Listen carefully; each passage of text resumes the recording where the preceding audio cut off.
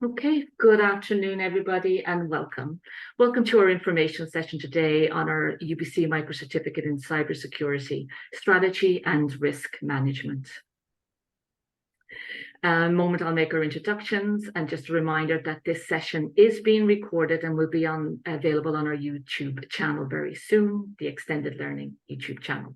I will speak a little bit about the highlights, the upcoming schedule we will cover, and we have some questions for you as well to help guide our discussion today. And then I'll hand it over to our instructor who will speak to the curriculum, then moving over to Q&A for you to ask us questions. At any stage, please pop your questions into the Q&A button below. And then we'll close with some practicalities and possible funding and next steps. So I'm delighted to be joined today by our instructor, Anthony Green, who's Manager of Security Operations and Compliance, instructor and lead with UBC Extended Learning Cybersecurity Program, as well as the immediate past president of ISACA Vancouver. A little bit more information. This is just brief highlights, and we do invite you to check out the full bio on our website. But Anthony is a highly motivated and accomplished security professional with a proven track record in success in managing security operations and compliance. As the Manager of Security Operations and Compliance at Chartered Professional Accountants of BC, he leads a team responsible for developing and implementing a comprehensive security program. He also enjoys giving back through teaching and leading academic programs. And as the lead for the academic cybersecurity programs at UBC, he currently is building a comprehensive professional certification in cybersecurity program management. His passion for sharing his knowledge and expertise is further demonstrated by his role as the instructor of these courses. Moreover, his expertise in the field is recognized by his position as the lead curriculum developer for a governance, risk and compliance diploma upcoming at BCC, where he offers valuable insights and guidance to help advance the program and prepare students for successful careers in the field. So welcome, Anthony.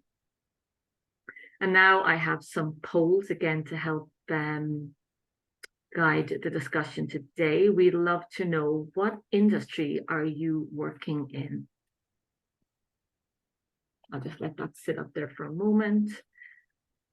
The business, construction, finance, healthcare, IT, some tourism, some supply chain, and other. If the individuals who are working in other, if they wanted to pop in the Q&A what that other is, and that might be helpful to know. Thank you. And I'll just end that. These are the results. And then for our second poll, what title do you hold in your company? Anthony, can I just check that that poll has launched? For me, it still says the first poll. Okay, it looks. Oh, here we go. Thank you. So yes, so what title do you hold in your company, please?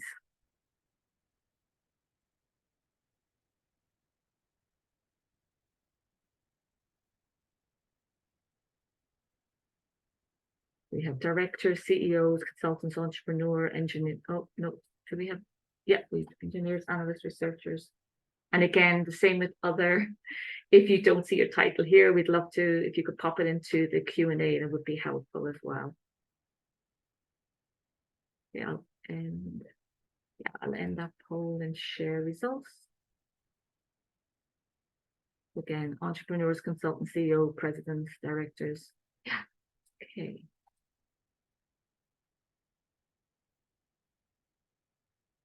Okay, thank you for that. As I mentioned, just some highlights.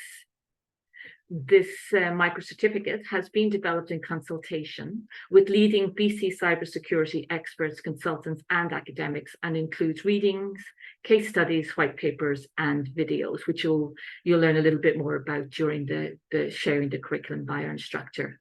Our instructor, again, is definitely a highlight of this program. I shared his bio. Again, welcome you to visit our website for more information. The content There are 2 courses that are designed with professionals and leaders in mind. So the content covers technical as well as some strategic concepts that are connected back to business goals and operations. Again, will be discussed during curriculum. Collaborative learning, you will have the opportunity to create a supportive network amongst your peers of learners. The fee are $950 per course, and then these courses are all 100% online, 55 hours for the 2 courses over a period of 8 weeks. They are instructor supported with real-time class meetings, which are now Wednesdays from 6 to 8 p.m. So the expectation is that learners are spending approximately 5 to 7 hours to complete the coursework, as in to read those case studies and white papers, watch the videos, do the readings, and then those couple of hours then to attend the class meetings. Each course functions as a standalone and can be taken in any order, but we recommend that if you are planning on taking the full micro certificate, that you take the courses in sequence. And now I'll hand it over to Anthony to discuss the curriculum.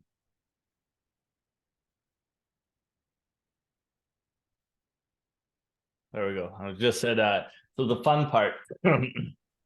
So thank you, Aideen. And like she said, this is going to be 2 courses. The first is cybersecurity standards and strategy. So there's, within the month, there's the 4 weeks of content. The first week, and we'll talk about it in detail in the next slide. But basically, throughout this 4 weeks, you have 2 assignments a week.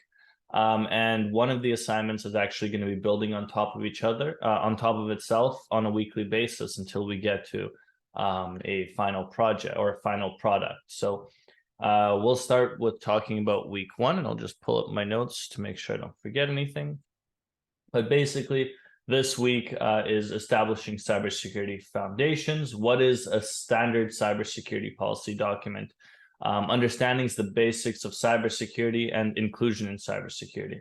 So in this week, we're going to really explore what constitutes what a policy document is, and we're actually going to create a template for a policy document that we will be adding on to every week. By the end of this week, you should have a solid understanding of core principles, and basically we're going to explain what does cybersecurity mean when people say, hey, am I secure?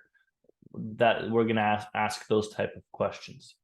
In the second week, we're going to be reviewing cybersecurity hygiene, understanding the impact of cybersecurity. So we're going to go over a few breach cases, stuff like that.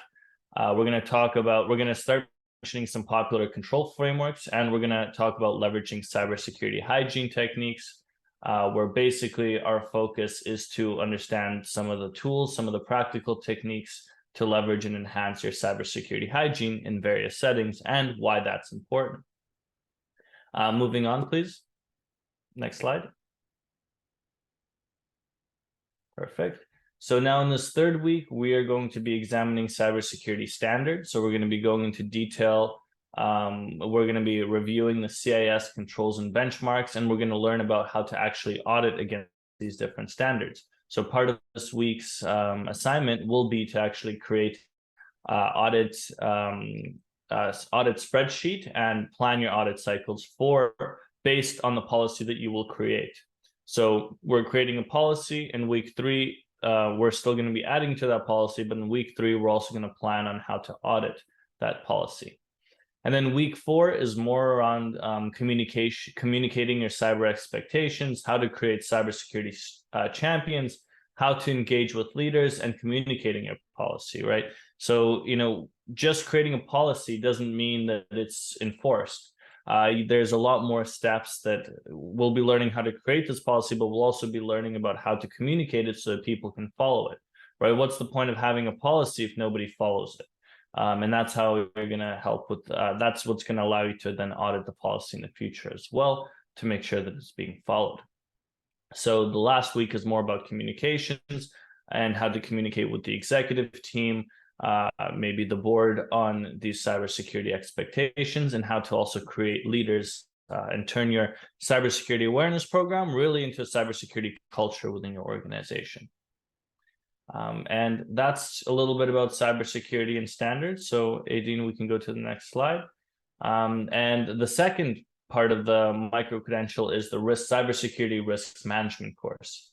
So this course is, again, 4 weeks long, and this course is more along the mindset of how do we take cybersecurity and translate it to business? And the answer to that question is risk, right? The business understands risk. So we really learn about how to take our technical controls, technical infrastructure, and present it in a business form of way. So Aideen, we can go to the next slides. What we start with is learning about how we're going to touch upon breaches a little bit more than we did in the first class. We're going to talk about cybersecurity risk scenarios, because cybersecurity risk isn't the same for every single organization. We'll do an introduction to risk management, and we're going to learn about what is identifying and prioritizing risk. Basically, to summarize this risk, we will actually create something I didn't mention is, like the policy document for the previous course, for this course, we're going to be creating a risk management plan. So week 1, we're going to identify what risk scenario we want to use and create the template for a risk management plan. And then this can then be implemented later on into your own organization. So depending on how you build it out. Week 2, we're going to be talking about threat vectors, planning for risk exposure, analyzing these different threat vectors, and testing risk strategies. So once we've identified the risks, we're going to figure out really what to do with them, how we plan for them, how we analyze them, what is considered an acceptable risk level, and we're going to talk about different risk mitigation strategies as well. To summarize, let's go off to the third week.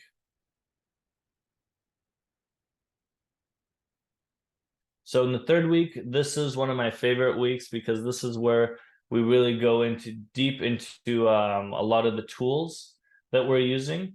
Or what tools we see mostly in the industry that can mitigate the most amount of risks, because risk is all about returning your to maximizing your return on your investment, right? So we're going to be talking about what are the most popular tools you'll see out there, why they're being used, and we'll also talk a little bit about the evolution of these tools, right? So what is a firewall in the modern technology? Where did it start, and how did it evolve into where it is now? And then part of this week is we'll actually implement these tools into our risk register. So in the previous week, in week 2, we'll have created a risk register. So we'll identify a few risks and assess them based off of what we think those risks could be. Then in the third week, we will then use these popular tools, we'll research them, and then implement them into our mitigation strategy. And then lastly, in the fourth week, we do 2 different things. We talk about the communication side of risk, governing cyber risks. What is governance? What is monitoring risk? How to generate risk reports, planning for risk governance. But we also will be going over incident response too. So part of the fourth week's exercise is to actually create an incident response document that includes the communication and when these incidents need to be when you need to actually enforce this incident response procedure. So by the end of the fourth week, we'll have created a risk register. We'll have created mitigations for that risk register. We'll have created incident response policy, and we'll also have created a fully functioning risk management plan.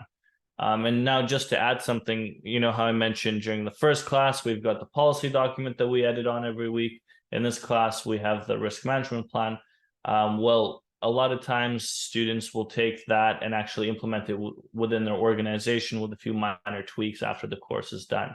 So a lot of this course, it is online, self-serve with this live session once a week, but it is really what you make out of it, right? You can skim the whole course, or you can go deep into detail within each section, and it's really up to you what you make out of it.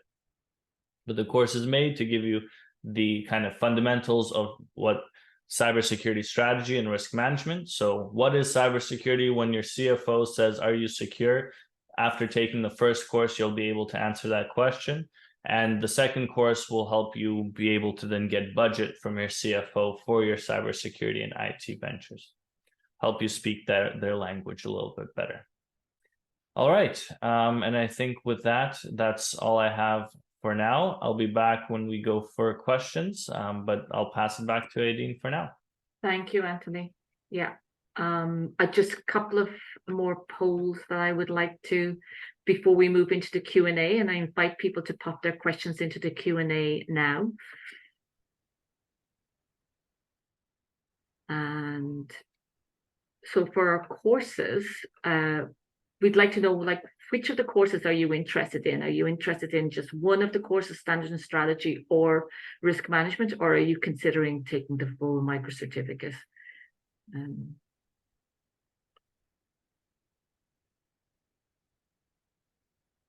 I'll just give it a moment. People are still answering. Thank you. And then I'll share results. Majority are considering the full micro certificate. So thank you for that. You see, most people here are planning on taking the full micro certificate. And then our final poll question is sort of your timeline. When do you plan to take a course? I'm guessing that there are many people here today that are already enrolled in our courses that are full this fall, but we are offering the same courses in winter and spring, so just good to get an idea of when.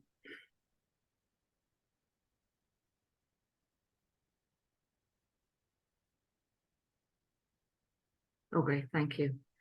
So just to share the results, yeah, it looks like most people here are planning on taking them in winter, so that's super. Okay, yeah.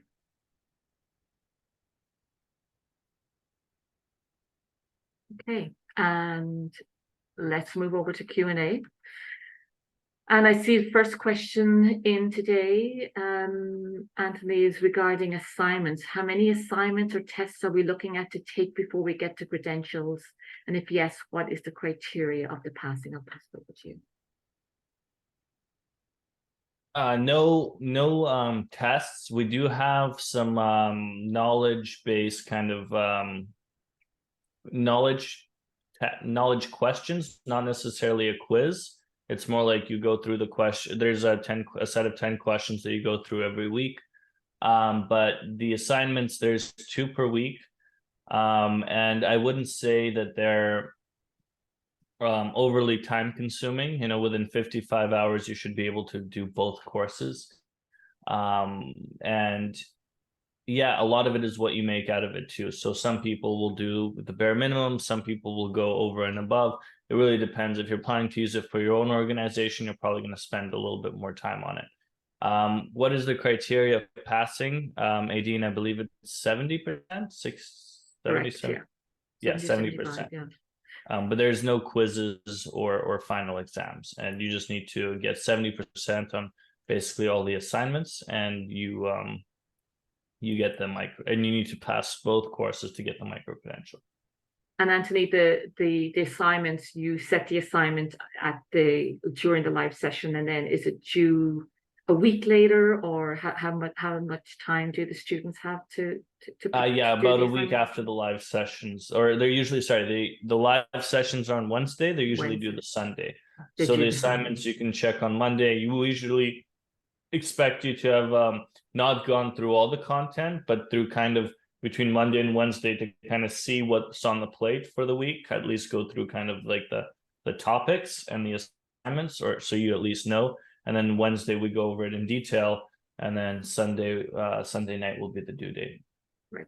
So just clarify with the assignments, there's 4 assignments, 1 per week. And okay, great. No, and there's 8 assignments, 2 per week.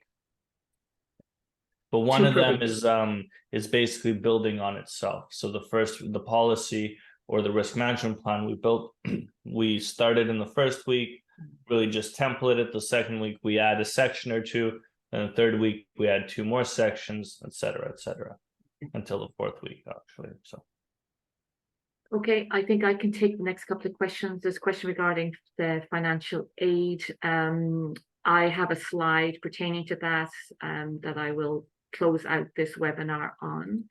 And then are we offering these courses in October, November? And we are. However, our fall courses are full, and the next available courses are in the winter. And I do have the schedule coming up in the next slide. Anthony, can you take this? We have an attendee today asking about prerequisites for this course, for these courses. Yeah, I've got the Q&A up. I can just go through them as I get them, and then pass it to you for ones that I think you can answer.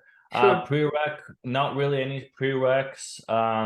We have people from different kind of hats coming in. We have people that are super technical coming in, people from the business side. We've had students as well. Really, the goal of this is to look at it from it's basically to look at cybersecurity from a business kind of perspective. And so the more you know, the more you can kind of dive into detail, but you don't need any prerequisites to understand the fundamentals. Like, for example, some of our more technical developers, they'll understand this course fundamentals, but they'll also go deeper into the application security piece of it, because we have resources on that type of stuff. So the prereq was, there's no prereq at the moment. And so far, it's really been more of an effort thing. If you actually try and you read the content, you more than likely will succeed. How intense is this course in terms of coursework project? It's not very intense. It's made to be done part-time while you are working full-time. So it's not very intense. However, it really depends, like I was saying earlier, what you make out of it. There's a lot of supplementary resources that I will be giving, like threat reports and detailed standard guides that aren't required reading. But if this is something that you're interested or going to be doing within your work, you can then spend some more time reading that. And also with the policy and the risk management plan, some people tend to spend more time on it because they plan to actually implement it within their organization after this course is over. So it really, the minimum requirements for this are not very heavy. But you can really go deep if you want to, especially because these our 2-hour sessions are more like a coaching session versus a lecture, right? People will say, here's what we're doing, and then we'll talk about it, how we would do that in the environment, because I don't want to just repeat what's on the course that you're self-studying. We try to bring this all to like a real life perspective.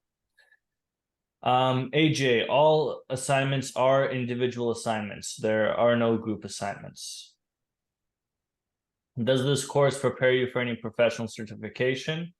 What certification or exam do you suggest people in this course should attempt? So it does not prepare you for any certification or standard. It is a precursor to a risk management or a cybersecurity standards or auditor certification you could get in the future, but we don't specifically take a certification body and say this is the methodology we use. The methodology we use is kind of amalgamation of like a lot of the best practices. So you won't be able to simply do this course and get a certification, but you will be able to do this course and then be ready to then study for a certification versus going into it absolutely cold. This is a micro-credential, and it's in 2 different topics, rather than, for a normal certification, you'd want to be spending at least 40 to 50 hours only into one topic.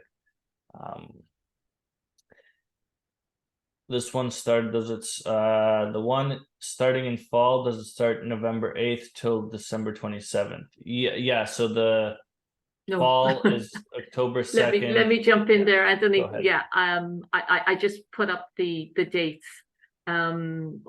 We tend not to go into holiday period.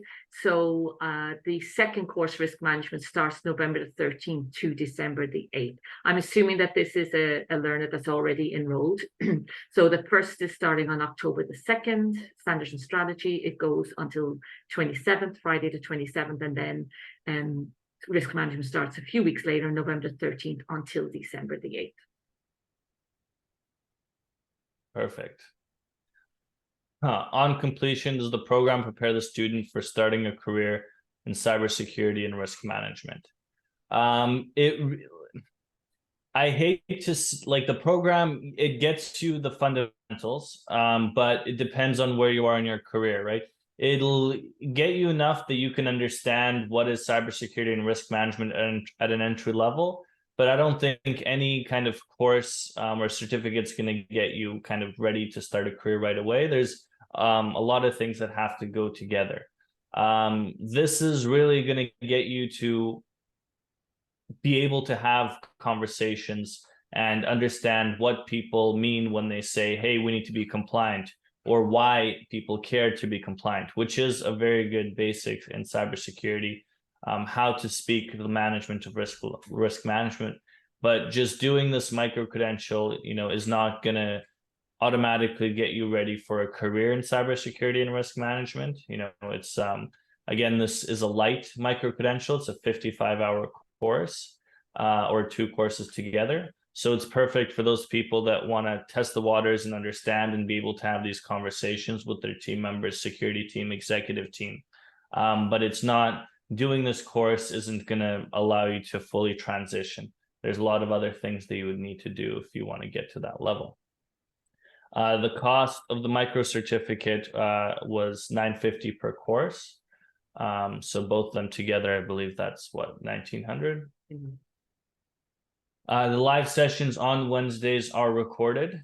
So if you can't make it, you will be able to watch it. But I do suggest to attend so you can ask questions. When we are looking into the tools used in the daily lives and some introduction to them, are we getting hands-on labs or similar or just theory? So I'm going to be showing you some of them because there's quite a few. Some of them I have access.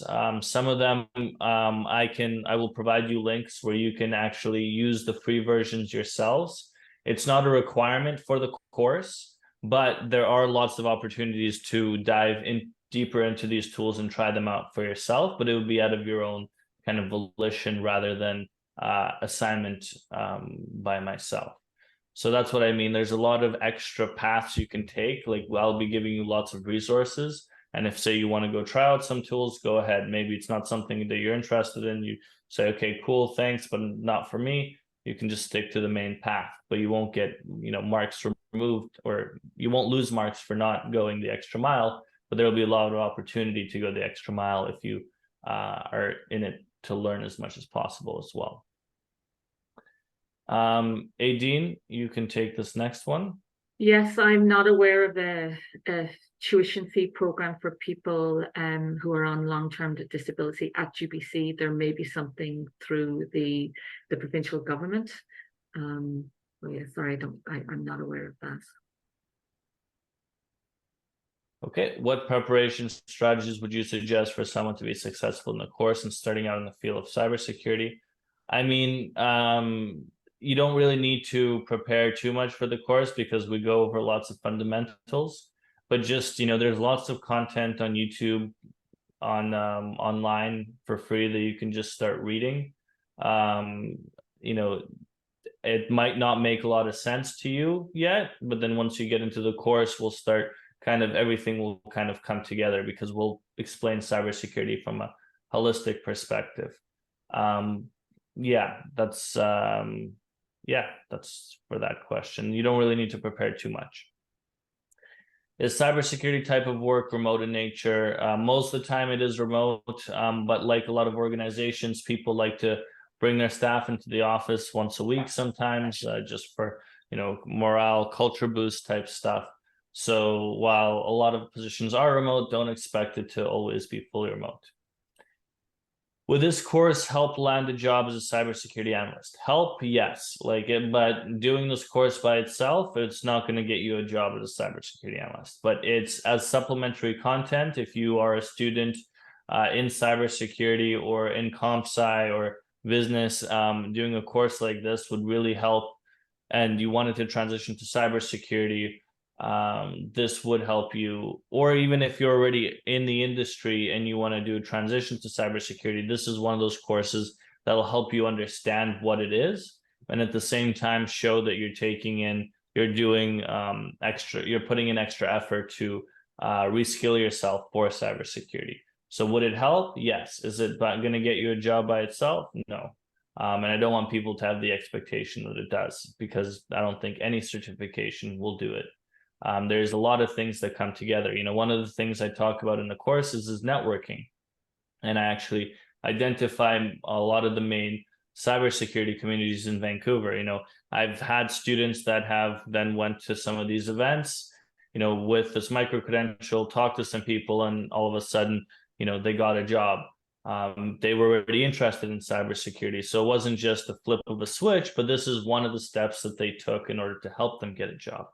Right. Some students also have used this as an opportunity for internal promotions to cybersecurity. So they take this course. There may be cybersecurity parallel, but they have some cybersecurity work within what they're already doing. They take this course to say, hey, look, I can do cybersecurity. I have this credential from a top 30 worldwide university. And then this helps with their managers move them towards the position that they actually want. I am a cybersecurity analyst from a Canadian college, and I need to add more to my resume. I should apply for next year because right now it's sold out of October. What is the perspective from HR companies when they see the program in my resume? So that's exactly what I just kind of answered as well. It's a micro credential is a way of saying, hey, this person has spent time and effort upskilling themselves. And I think it's definitely helps with you getting past that HR point. But really in the end, it's all the other things around it, right? If you're, you're going to, you're already working at a Canadian college, you're doing cybersecurity analysis there. You can go to HR and say, this is the course that you took to get yourself towards a more leadership type of position, right? So it's supplementary to get you towards your goals. If I could just add to that, Anthony, as well, Esteban mentioned applying for the program. Just want to let attendees here know today that there is no application for this course. It's straight through registration and minimum prereqs, as Anthony mentioned earlier. I can take the next one as well, Anthony, because it's regarding enrollment. We have an attendee here who's enrolled for the fall but realizes that they've got some potential conflict. So I would say that yes, you can certainly move your courses to the winter. However, if you are an individual who has accessed the grant for the fall courses, the grant as of yet is not available for the winter. What you could do is start standards and strategies in the fall and move and take risk management in the winter. That would certainly work. So I hope that I've answered that clearly for you. I've applied for a BC grant, but no response since. I'm guessing, Shua, that you're speaking about the Future Skills Grant. Right now, the Future Skills Grant is closed, and we are encouraging people to subscribe to our website. As soon as we receive notification from the government that it is available, we will send an email to all our subscribers. I have a little bit of information about that in our final slide as well. Just basically repeat in case anybody missed that. So we have somebody who's confused. So you want to hand that over to you? Yeah, so Zita, today is really just this is an information session so that people can learn about what these courses are going to be about before they register for them. So today we will not be going over any of the topics in detail. Chris is asking, how interactive are the live sessions on Wednesdays? Is it similar to this presentation format of more of a typical Zoom meeting call?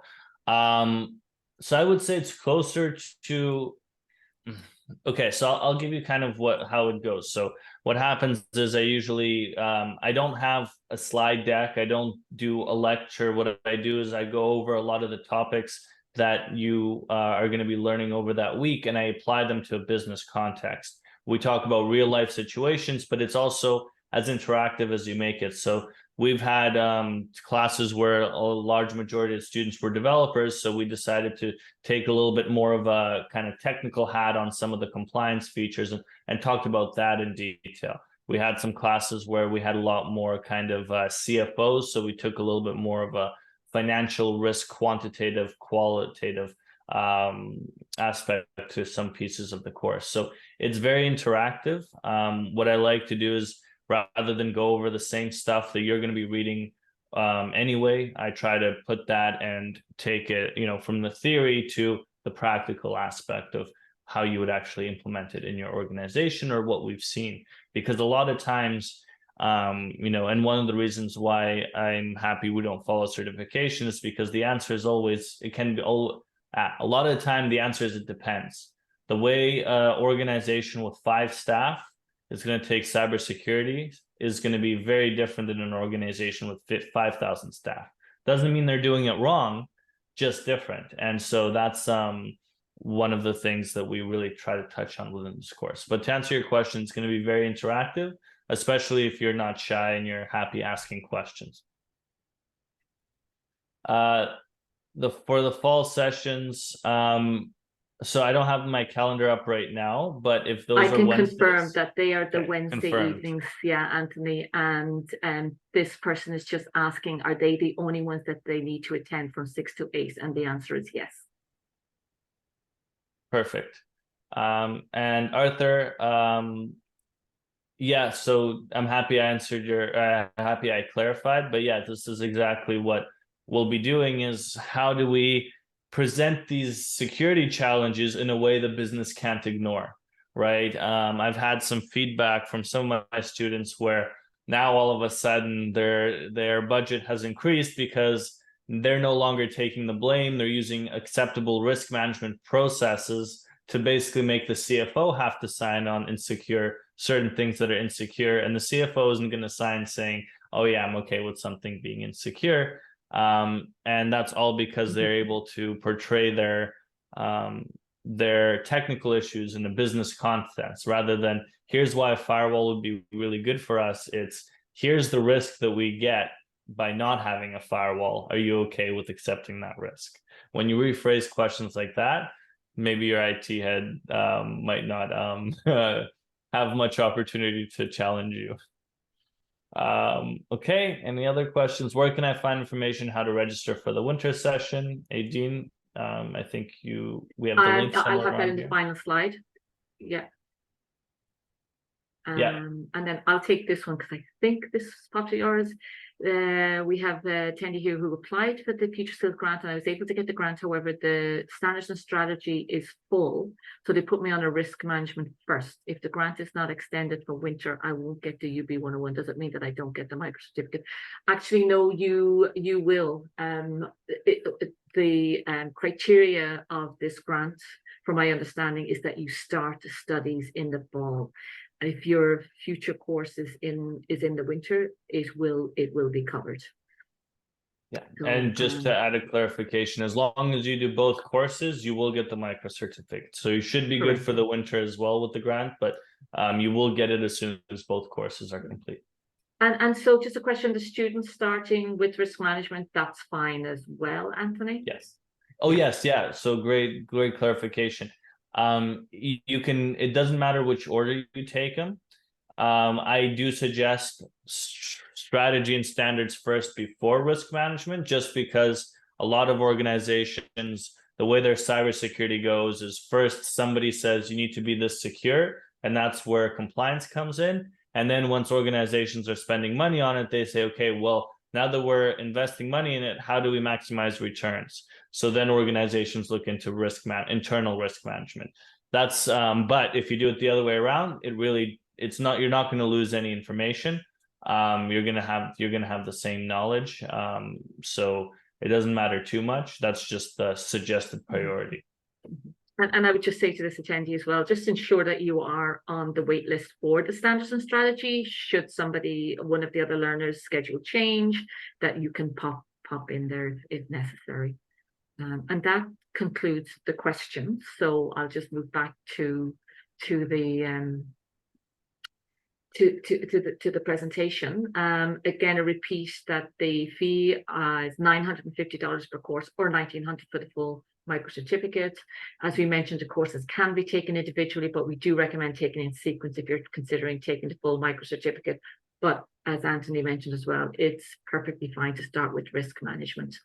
Confirming once again that our courses for this fall are all full. For those of you that are registered, you know they start October the 2nd with standards and strategy, concluding October the 27th. Your first live session will be Wednesday, October the 4th, 6 to 8. And then cybersecurity and risk management follows a couple of weeks later, November the 13th until December 8th, with your first live session starting on Wednesday, November the 15th, same time, 6 to 8. So for those future dates, standards and strategy, we've got offering in January the 24th with 2 offerings, January the 24th and April the 15th. They're Mondays, but the live sessions again are Wednesdays. And then risk management starts February the 26th and the second offering, May 27th. This is all on our website. And again, the live sessions are Wednesdays, 2 hours, 6 to 8. Anthony speak about the requirements. There aren't any, simply a familiarity with management information systems, business applications, and the Internet of Things or general technology topics are an asset. And finally, we had a number of questions regarding financial support, which we are asked all the time, not unusual at all. My colleagues at UBC understand that, you know, they have waivers and other funds possibly available to them. There are attendees here who are familiar with the Stronger BC Future Skills Grant. For those of you who are not, you will find details of this on our website. It is a grant that is available to all BC residents to the tune of $3,500. Now, our fall courses across extended learning are full for the fall, and we're encouraging everybody to subscribe to learn if these funds become available again. We have no idea. But as soon as we hear anything, we will let our subscribers know. And then there's a Canada training benefit that may assist some people here if they want to check that out. Again, this is recorded, so you'll be able to go back and pick up this URL. And then if there are any employers here who are considering employees for this type of training, there is a grant available for employers, and that's a QR code there that take a picture of. That'll take you directly to their website. And then that's final. That's all our information today. I want to thank Anthony for joining us and explaining the curriculum of the program. Thank you to all our attendees today. Anthony, do you have anything to add before we go? Just those that have already signed up for the fall classes in October. I'm looking forward to meeting you guys there. Super. And yeah, the other guys thanks. sign up for January. yeah, and look forward to seeing you there. And thank you so much for joining us today. And again, do remember that this is a recording. It'll be on our YouTube channel, UBC Extended YouTube channel, by tomorrow, if not by the end of the day. And if you have any further questions, here's our telephone number or our direct email with any further questions. And that's it. Thank you very much for joining us today, and goodbye.